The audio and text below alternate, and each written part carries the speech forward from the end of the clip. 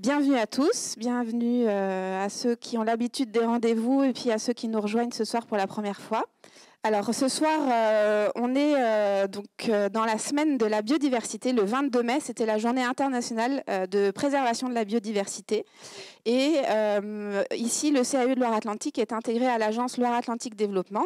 Donc on est ici dans le bâtiment Loire-Atlantique Développement, qui est une entreprise qui s'est engagée pour la nature en 2022, grâce à ce dispositif Entreprise engagée pour la nature, proposé par l'Office français de la biodiversité.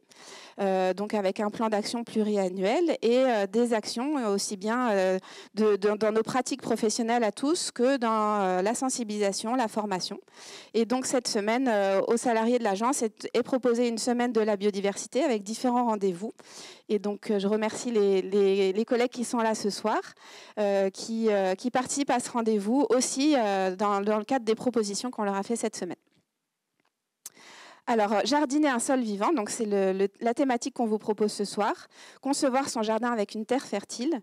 Je vais essayer dans un premier temps, synthétiquement, si c'est possible, de donner quelques grandes lignes sur ce qu'est le sol vivant, puisqu'il est important de bien comprendre de quoi on parle pour pouvoir ensuite adapter ses pratiques et adopter des bonnes pratiques avec son propre projet. Et on va le voir, chaque projet, chaque site, chaque sol est différent. Et donc, il y a des réponses adaptées à trouver. Et donc, c'est pourquoi on a invité deux paysagistes qui sont aussi jardiniers, qui ont des pratiques qui leur sont propres et qui vont présenter ce soir, chacun leur tour, leurs pratiques professionnelles à travers des projets qui vont nous décrire. Donc, je passerai la parole, après cette courte introduction, à Benjamin Pénaud de l'agence La Plume et le Sécateur et à Kevin Laplège, qui est jardinier naturaliste et qui nous ont répondu à notre invitation. Donc, merci à eux deux. Alors, une petite introduction sur cette thématique du sol, avec cette proportion qui est 50% de la biomasse du monde terrestre qui se trouve sous nos pieds. C'est une proportion qui est valable pour l'hémisphère nord, mais qui montre bien qu'il y a une grande masse biologique vivante qui se trouve sous nos pieds. Or, ce qui est inconnu, ce qui n'est pas visible, est souvent méconnu, peut-être un peu redouté, craint. En tout cas, on n'y apporte sans doute pas autant d'attention qu'on le devrait, puisqu'on voit que c'est quand même une grande partie de la masse du vivant. La vie organique qui peuple le sous-sol compterait plus de 100 000 espèces, alors qu'on peut comparer ça aux animaux qu'on voit, qu'on connaît, environ 570 espèces d'oiseaux en France, plus de 6500 d'espèces de plantes, 189 espèces de mammifères en surface. Donc on voit qu'à côté de ces plus de 100 000 espèces du sous-sol, on a une richesse, une biodiversité qui mérite sans doute d'être mieux connue. Donc le sol, qu'est-ce que c'est ? C'est la couche superficielle du globe, c'est la partie externe de la planète.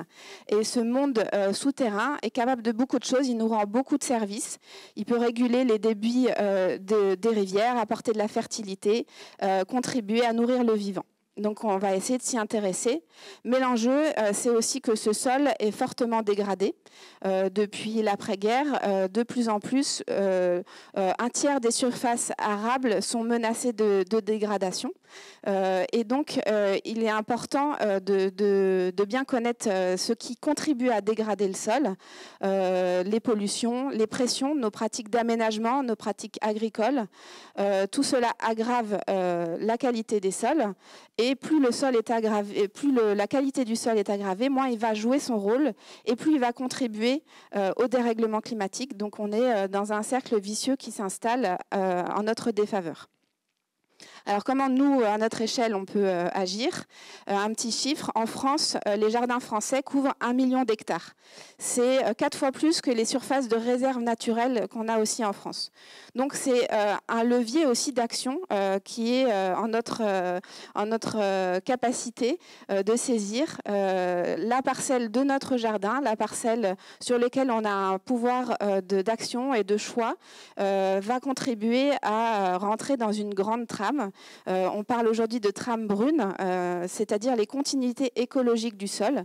On a beaucoup plus tôt parlé des trames vertes et bleues, de l'eau, du végétal, mais la trame brune, c'est aussi une continuité écologique qui ne connaît pas les frontières de nos parcelles et du foncier, et sur lequel on peut agir chacun individuellement pour un enjeu collectif. Alors, quelques éléments pour comprendre ce qu'est un sol fertile.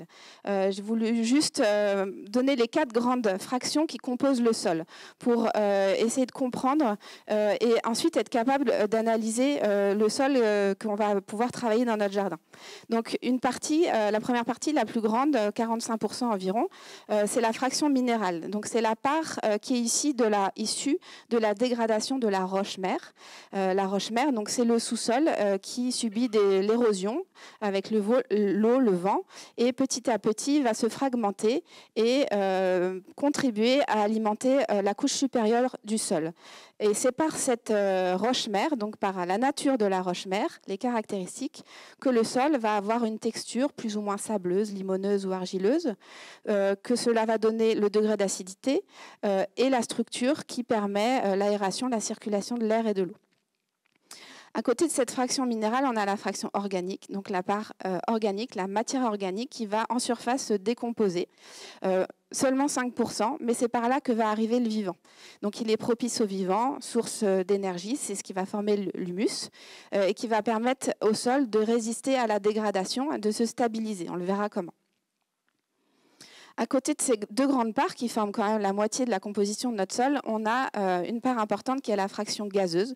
Donc c'est l'atmosphère du sol. On parle de sol vivant. Et bien pour que le sol soit vivant, il doit respirer.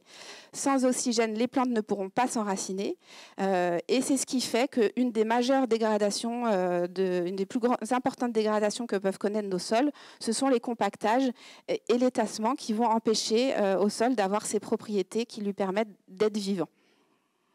Avec cette fraction gazeuse, la fraction liquide, l'eau, qui est un constituant essentiel nécessaire à la vie, de la même façon que l'air, que l'atmosphère, et il va avoir un rôle pour transporter tous les nutriments, tous les minéraux que le sol va pouvoir fournir pour la vie, et il va aussi être indispensable à la vie du sol, c'est-à-dire toutes les espèces de faune qu'on trouve dans le sol et qui vont travailler pour nous à la fonctionnalité du sol. Alors là, on voit les 4 grandes parts, on voit des proportions. On pourrait dire, est-ce que c'est des proportions idéales ? Ce qui est important peut-être de retenir, que le sol n'a pas forcément de proportion idéale. Par contre, il a un usage idéal pour sa constitution. Donc peut-être que ces proportions vont varier suivant les types de sols, suivant leur histoire. Et c'est ça qu'il va falloir apprendre à comprendre, à connaître, puisque en fonction de ces propriétés, on va pouvoir adapter des usages, des destinations, des plantations, adaptées au type de sol. Et puis, on va aussi pouvoir agir dessus s'il y a besoin, s'il y a des dégradations, connaître les actions à mener pour revenir vers des proportions qui nous paraîtront plus idéales si on le souhaite. Alors dans ce sol, on a vu la composition un peu, mais il se passe beaucoup de choses. C'est extraordinaire tout ce qui se passe dans le sol. Et il se passe des actions chimiques qui vont activer ce sol. C'est ce qu'on appelle principalement le complexe argilo-humique. On a vu qu'il y avait la part minérale, la part organique, mais ces 2 parts, elles sont chargées négativement. Alors je ne suis pas ingénieure du sol, mais j'ai juste essayé de dire ça simplement. Ces 2 parts sont chargées négativement et pour s'allier, pour créer une alliance propice au vivant, elles vont devoir être liées par des cations qui sont chargés positivement. C'est ce qui est représenté ici avec les particules de calcium, de fer et de magnésium qui sont nécessaires au complexe argilo-humique et justement à cette alliance de l'argile et de la matière organique. Et cette alliance va permettre un équilibre du sol, un bon équilibre et cette protection mutuelle qui va être créée. L'argile va freiner la décomposition des matières organiques pour les retenir et éviter le lessivage des argiles en profondeur grâce aux matières organiques. J'espère que c'est clair, c'est assez rapidement dit, mais tout ce contexte va être propice au développement de la vie du sol qui est multiple, on l'a vu, une multitude d'espèces qui vont chacune avoir leur rôle à jouer.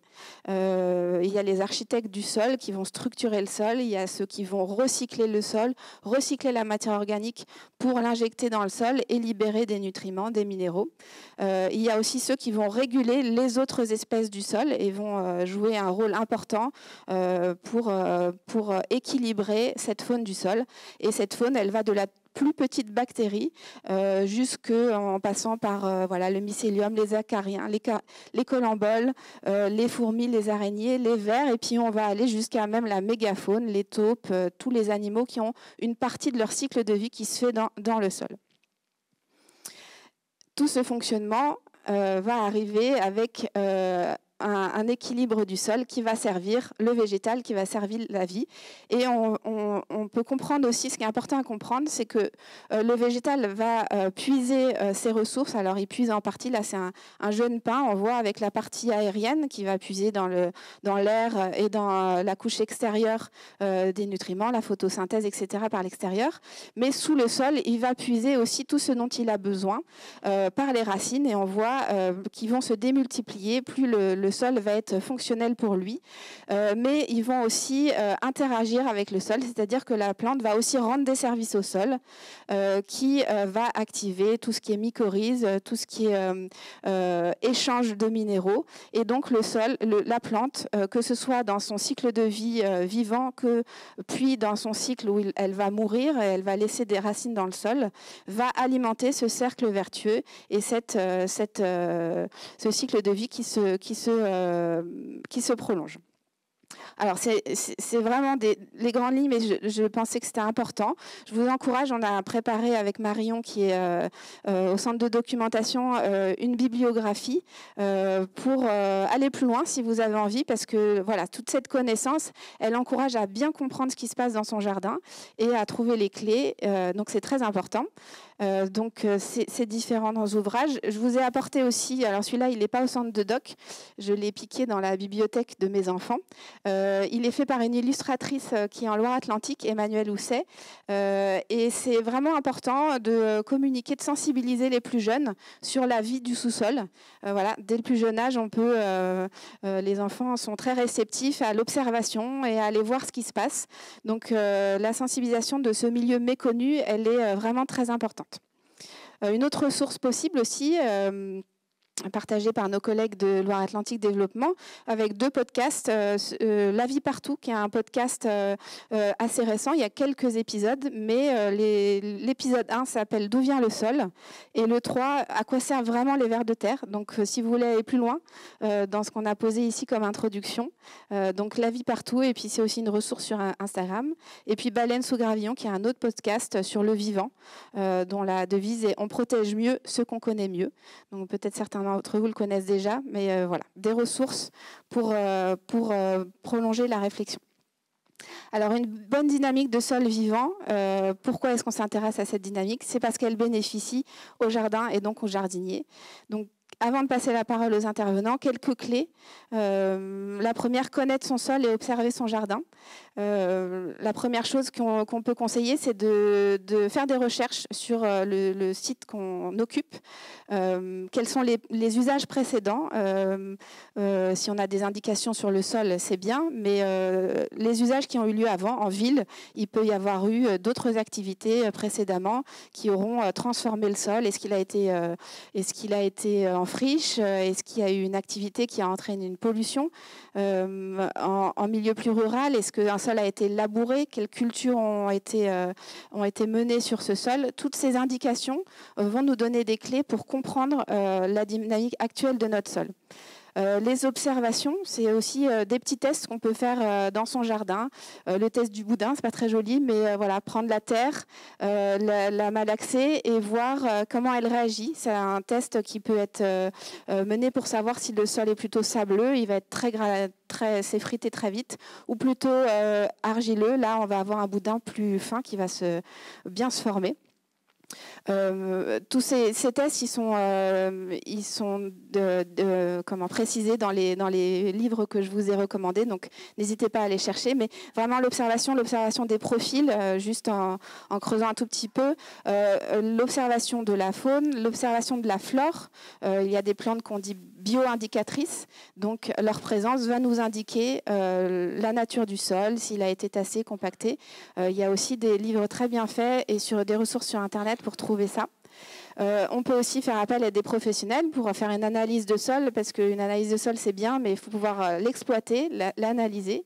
À des paysagistes, on le verra avec nos intervenants, comment ils travaillent sur cette phase diagnostique. Sur la question de l'observation de la faune, je vous propose ce petit site, ce site internet qui s'appelle Qualité biologique des sols. C'est une proposition de science participative. Donc vous allez avoir des indications pour observer la faune de votre sous-sol, de votre sol. Ça va vous permettre de participer à un programme d'analyse pour comprendre les différentes orienter alimenter en données un état des lieux de la faune en France. Et puis en même temps, ça vous donnera, vous, des indications sur la qualité de la faune et la diversité de la faune dans votre sol. S'inspirer du modèle durable de la nature. On l'a vu, le sol a un fonctionnement. Si on n'est pas là, il fonctionne très bien tout seul. Donc, essayer de se rapprocher et de bien comprendre. Voilà, un sol qui est toujours couvert, comme en forêt, avec une litière qui va se reformer naturellement. D'ailleurs, une feuille de chêne qui se dégrade, c'est une dégradation sur 1 an à peu près, alors qu'une épine de résineux, c'est sur 10 ans. Donc, on voit aussi que selon la nature des végétaux, on va alimenter plus ou moins le sol en matière organique, plus ou moins rapidement. Donc c'est aussi un indicateur à la fois du sol qu'on a en place. Une forêt de feuillus va être beaucoup plus résiliente, beaucoup plus dynamique. Et aussi peut-être, ça peut nous aider à orienter des choix sur notre jardin. Préserver le sol en place, éviter de le retourner dans tous les sens. On l'a vu, chaque faune a sa place dans chaque horizon du sol. Donc, s'inspirer de cette organisation qui existe et qui fonctionne très bien. Quand on a un sol très compacté, très pauvre, très caillouteux, voilà, il y a différentes pratiques qui peuvent permettre de réactiver, restructurer un sol, parce que si on attend que le sol le fasse tout seul, voilà, on est sur une ressource, le sol qui est une ressource non renouvelable à l'échelle de l'homme. Le sol va se renouveler naturellement, spontanément, d'1 centimètre par siècle. Alors, c'est un peu long pour nous. Donc, on peut activer les choses ponctuellement. Mais là encore, il y a plein de techniques qui existent. Il y a plein de débats sur les bonnes techniques, les mauvaises techniques. Encore une fois, il faut trouver la bonne technique pour son jardin et c'est pour ça qu'il faut expérimenter, rechercher. Ici, c'est la technique de la lasagne que j'ai expérimentée il n'y a pas très longtemps avec un formateur, avec une succession de couches azotées, de couches vertes et de couches carbonées, de type feuilles mortes, foin. Et c'est l'alternance de ces couches qui va être propice à la vie. Il y a aussi un ajout d'argile, comme on l'a vu. S'il n'y a que de la matière organique, ça ne peut pas fonctionner sur le long terme. Donc un peu d'argile bentonite pour activer et pour créer ce complexe argilo-humique. Voilà, c'est une technique. Il faut encore une fois trouver la bonne, mais elle s'inspire, voilà, de ces successions de matières qu'on peut trouver dans la nature. Et puis, dernière chose, laisser faire le génie du sol. C'est pour ça que c'est important de bien connaître ce génie du sol. Par exemple, le sol, c'est lui qui va donner les ressources nécessaires à la plante. Donc, peut-être inverser un peu ces mauvaises habitudes qu'on a eues de s'orienter sur les besoins de la plante, mais plutôt s'orienter sur les besoins du sol qui ensuite va remplir sa fonction. Donc ça, c'est une piste intéressante. Le sol bien vivant va savoir faire ce qu'il faut, donc lui faire confiance. Et c'est pour ça que quand on va aménager son jardin, on va essayer de s'intéresser vraiment à la qualité de son sol. C'est ce qui peut orienter nos choix. Par exemple, le lieu du jardin où le sol est le plus vivant, le plus dynamique, le plus fertile, c'est peut-être pas là où on va aller passer, évidemment, stationner nos voitures ou créer une terrasse. Par contre, là où un sol a été déjà tassé, peut-être on ne va pas s'épuiser à essayer de refaire quelque chose, on va pouvoir avoir une partie plus minérale. Mais voilà, l'idée, c'est peut-être de partir d'abord du sol, moins de nos besoins, mais de combiner les deux pour arriver à trouver une proposition qui nous convienne. Donc s'adapter, faire des choix. Alors, pour s'adapter, faire des choix, voilà, on a deux intervenants qui vont nous présenter la façon dont ils répondent aux commandes de leurs clients et la façon dont eux comprennent le sol et l'utilisent dans leur projet et dans leur gestion. C'est deux paysagistes jardiniers donc, qui ont des pratiques de jardinage et surtout d'entretien de gestion sur le long terme. Donc, c'est ça aussi qu'on trouvait intéressant. Donc, je te passe la parole, Kevin.